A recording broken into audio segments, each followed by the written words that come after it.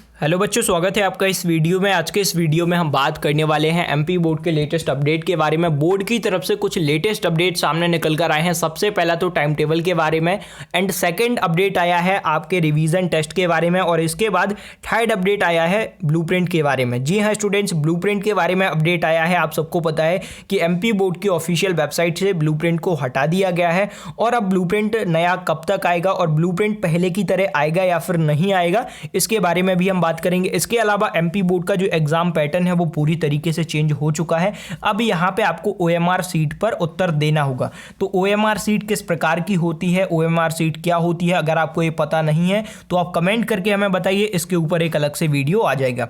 तो चलिए अब हम आगे बढ़ते हैं, डिटेल में सभी पॉइंट्स को कवर करते हैं। तो यहाँ पे आप देख सकते हैं इस बार 12वीं की बोर्ड परीक्षा 1 मई से शुरू होगी। माध्यमिक शिक्षा मंडल ने अभी 12वीं का टाइम टेबल भी जारी कर दिया है। स्टूडेंट्स, जैसा कि आप सभी को पता है कि क्लास 12 का टाइम टेबल हमारे चैनल पर कल अपलोड हुआ था, और स्टूडेंट्स के कमेंट आ रहे थे कि सर टाइम टेबल फेक है या फिर रियल है, आप इसके बारे में बताइए। तो स्टूडेंट्स, मैं आप सभी से फिर से यही कहना चाहूँगा कि टाइम टेबल फेक है, क्योंकि अगर आप 2020, 19 या फिर उससे पहले का टाइम टेबल देखते हैं तो टाइम टेबल में आपको सील और साइन देखने को मिलते हैं, लेकिन इस बार का जो टाइम टेबल अभी आप सबके पास होगा उसमें सील और साइन दोनों नहीं है। तो यहां पे हम कह सकते हैं कि टाइम टेबल फेक है। और अगर आप एमपी बोर्ड की ऑफिशियल वेबसाइट पर देखेंगे तो वहां पे आपको टाइम टेबल देखने को नहीं मिलेगा, और जब तक ऑफिशियली टाइम टेबल नहीं आता तो सभी स्टूडेंट्स और सभी टीचर्स यही कहेंगे कि टाइम टेबल फेक है, चाहे न्यूज़पेपर में आ जाए या फिर कहीं और आ जाए। तो जब तक ऑफिशियली नहीं आता है तो टाइम टेबल को फेक माना जाएगा, और एमपी बोर्ड की ऑफिशियल वेबसाइट पर टाइम टेबल अपलोड हो जाएगा, यानी कि टाइम टेबल रियल है। इसके बाद हम आगे बढ़ते हैं। इसके साथ ही 10वीं बोर्ड की परीक्षा अप्रैल महीने के आखिरी में या मई महीने की शुरुआत में होने की संभावना है। समय पर स्कूल नहीं खुलने के कारण इस बार कोर्स पूरा नहीं हुआ है। हालांकि अब नियमित स्कूल लगने लगे हैं, ऐसे में विद्यार्थियों का कोर्स पूरा हो जाए, इसलिए माध्यमिक शिक्षा मंडल ने कोर्स को 3 भागों में विभाजित किया है। साथ ही परीक्षा में 30% अंक के ऑब्जेक्टिव आएंगे, जिनके उत्तर परीक्षार्थियों को ओएमआर सीट पर देना होंगे। यह पहला अवसर है जब 10वीं 12वीं की परीक्षा में ओएमआर सीट भी इस्तेमाल होगी। तो स्टूडेंट्स, यहाँ पे आपने देख लिया है कि एमपी बोर्ड के जो एग्जाम होने वाले हैं उसमें 30% मीन्स 30% क्वेश्चन जो आपके रहेंगे वो ऑब्जेक्टिव टाइप क्वेश्चन रहेंगे, वस्तुनिष्ठ प्रश्न रहेंगे, और इनके लिए आपको ओएमआर सीट दी जाएगी। ओएमआर सीट में आपको आंसर फिल करना होगा और सबमिट करनी होगी, उसके बाद आपको आंसर सीट दी जाएगी। तो इस प्रकार से एग्जाम पैटर्न है, इसी तरीके से पेपर आपका आने वाला है, ये तो कंफर्म है। 30% के लिए ओएमआर सीट दी जाएगी। इसके बाद आगे बढ़ते हैं, और यहां पे आप देख सकते हैं प्रश्नों को अब ऐसा बांटा गया है। यहाँ पे आप देख सकते हैं प्रश्नों का अब ऐसा बंटवारा। तो यहाँ पे प्रश्नों को किस तरीके से बांटा गया है इसके बारे में यहाँ पे जानकारी दी गई है।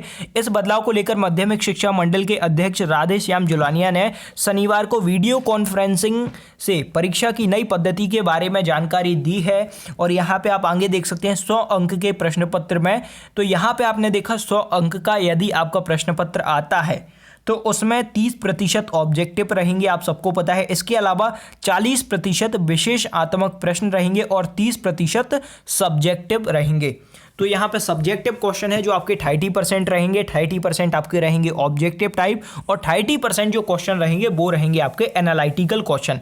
तो यहाँ पे आपका पेपर इस तरीके से आने वाला है। इसके बाद टाइम टेबल के बारे में हम बात कर चुके हैं, और यहाँ पे कुछ अपडेट और सामने आया है।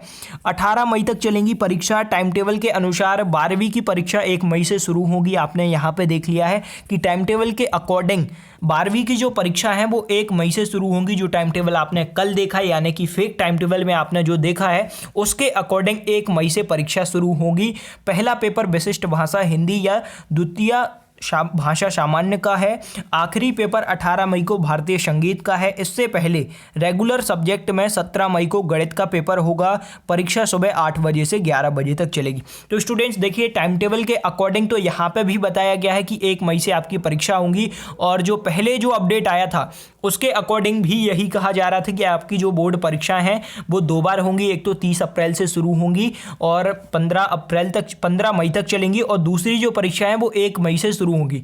तो यहाँ पे भी यही कहा गया है कि जो दूसरी परीक्षा आपकी होने वाली है कक्षा 12वीं की, वो 1 मई से शुरू होगी और यहाँ पे 18 मई तक चलेंगी, लेकिन पहले जो न्यूज़ आई थी उसमें 15 मई तक कहा गया था। हो सकता है एग्जाम को 2-3 दिन और बढ़ा दिया जाए, आपको गैप मिल जाए।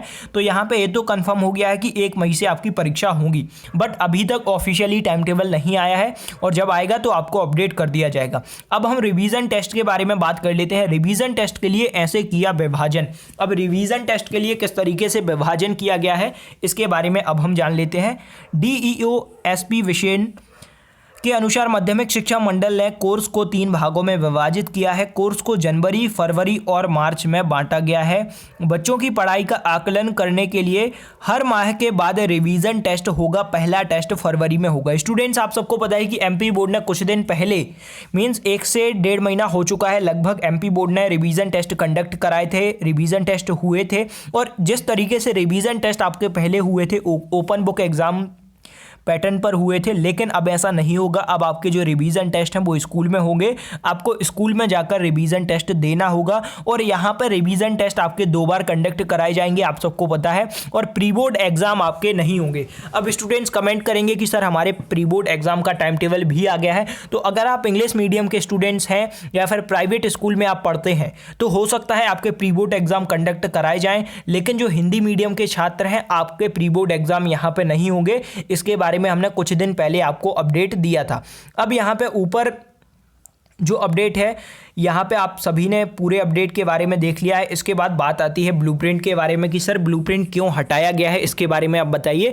तो इसके ऊपर हमने पहले भी एक वीडियो अपलोड कर दिया है कि MP बोर्ड का जो ब्लूप्रिंट है वो हटा दिया गया है। MP बोर्ड की अगर आप ऑफिशियल वेबसाइट पर जाकर देखेंगे, MP BSE आप सर्च करेंगे और वहाँ पर आप जाकर देखेंगे तो MP बोर्ड का ब्लूप्रिंट हटा दिया गया है। अब ऐसा क्यों हुआ है? आप सबको पता है कि MP बोर्ड का जो नया ब्लूप्रिंट आया था इस साल, अभी जो आया है 2021 में, ये थोड़ा सा अलग है और स्टूडेंट्स को परेशानी जा रही है बहुत सारी। तो यहाँ पे टीचर्स और स्टूडेंट्स ने सभी ने विरोध किया था कि ब्लूप्रिंट को बदलना चाहिए और पहले जैसा ब्लूप्रिंट आता था उसी प्रकार से 2021 में भी आना चाहिए। तो इस वजह से हो सकता है MP बोर्ड ने ब्लूप्रिंट हटा दिया हो और हो सकता है आपका जो नया ब्लूप्रिंट आएगा वो पुराने ब्लूप्रिंट की तरह आएगा कि चैप्टर वाइज आपको ब्लूप्रिंट दिया जाए और पहले जो ब्लूप्रिंट आया था उसी प्रकार से आना चाहिए या फिर नहीं आना चाहिए। आप हमें कमेंट करके ज़रूर बताएं और वीडियो पसंद आया हो तो वीडियो को लाइक कर दीजिए और अगर आप हमारे चैनल पर नए थे तो चैनल को सब्सक्राइब कर लीजिए।